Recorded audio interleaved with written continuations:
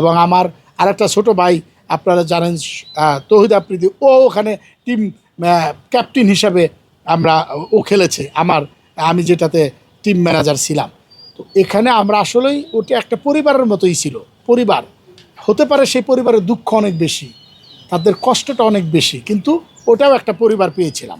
সারা বাংলাদেশের মানুষ যদি কারাগার থেকে যদি এই মেন্টালিটি নিয়ে ফিরে আসে, আমি মনে করি শুধু কারাগারটা না, যে কোনো জায়গা থেকে বিদেশ যারা যায় তারা যদি ওইরকমভাবে আসে, যারা কোনো একটা কাজে বিপদগ্রস্ত হয়ে যদি এগুলো করে, তাহলে আমি মনে করি যে সুন্দর বাংলাদেশ সাজানো সম্ভব এবং নিজের জীবনটা অনেক সুন্দর হবে।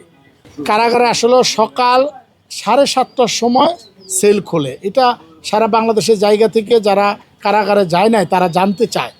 7:30টার সময় সেল খুলে দেয়। আমরা যেহেতু একটা পলিটিক্যাল সেলে বন্দি ছিলাম, আমি নাট্যকার অভিনেতা নির্মাতা সিদ্দিকুর রহমান, সেই জায়গা থেকে সকাল থেকে আবার 5:30টার মধ্যে লক আপ করে পড়ে। এর মধ্যে সকালের নাস্তা, আপনার জোহরের নামাজ, আসরের নামাজ, অনেক সময় আসরের নামাজের সময় দেখা যায় আমাদেরকে লক আপ করে দিত।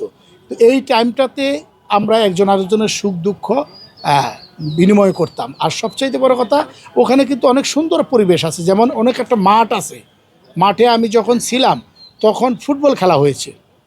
আমি প্রথম যখন গেছি, ফুটবল টিম বিভিন্ন টিমে ভাগ হয়েছে।